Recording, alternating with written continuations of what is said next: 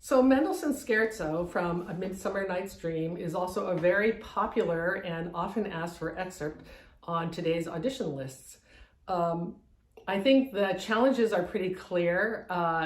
Really good spiccato, very good left and right hand coordination is really important. I think the tempo that you want to strive for is dotted quarter note equals somewhere between 84 and 88. I don't think it has to be much faster than that.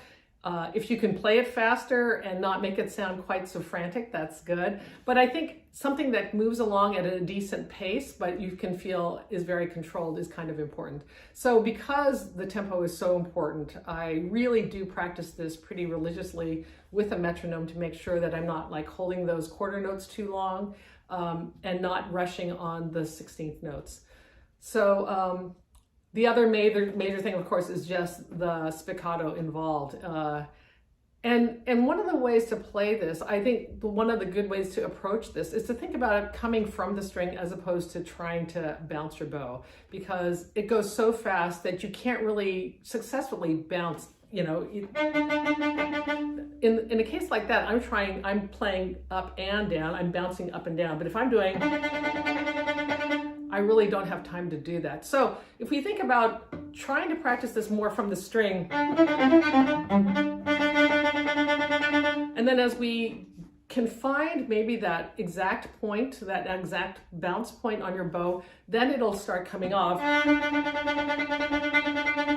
The other sort of, I don't want to say it's a trick, but technique I use is when I try and start bouncing the bow, I really think about the down bow as being sort of the major motion, and then I just let the up bow happen on its own. So I'm not trying to make the bow go both ways, because that's like too fast for my brain to think about, that's for sure. And I think then you get a little bit more of a bounce. If you can like think about articulating the down bow more than the up bow, I think it's just the up bow will kind of take care of itself. So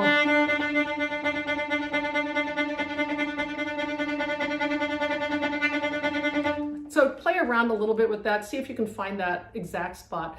And then usually there's like a prime tempo that really works well, that you can control. Hopefully it's somewhere between 84 and 88 to the dotted half note, dotted quarter, so we can kind of work on then coordinating your left and right hand. So when it comes to playing something like this, highly technical, lots of notes, you know, it has to sound really easy.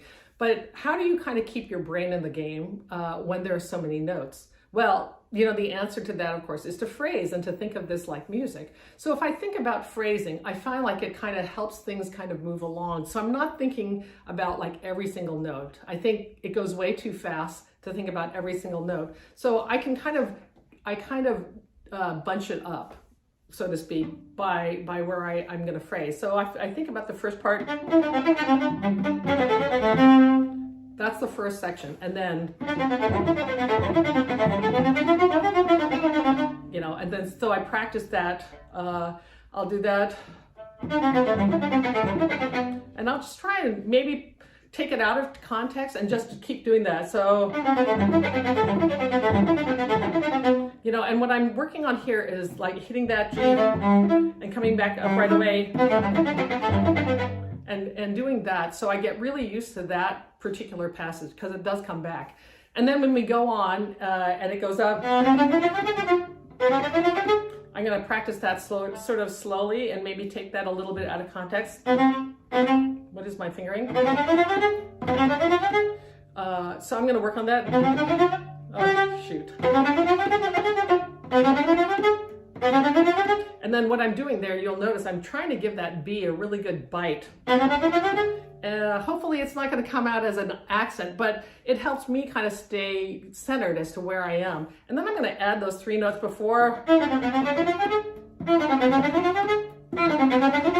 And so what I'm doing is I'm kind of bouncing off and going to da da da da da da da da da da da. So instead of going like crescendoing up to that A flat, I'm going to just sort of think of that as a beat. Da da da da da da da. So also that makes me not feel like I have to really work so hard, and I think it gives me a lighter, cleaner feeling. So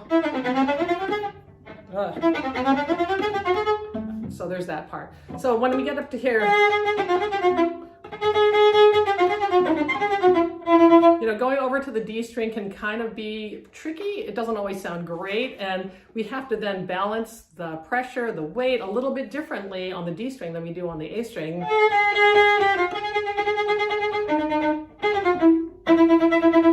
So I might just kind of play on the D string for a while,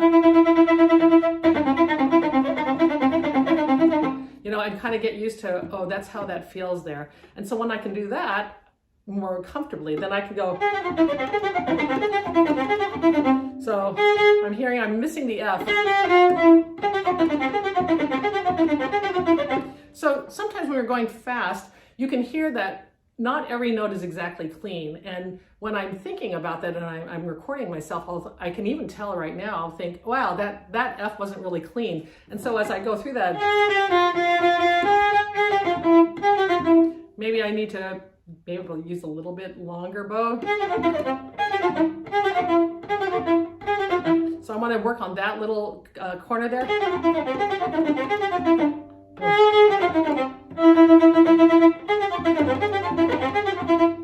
Now I feel like my bow is getting a little bit too high off the string.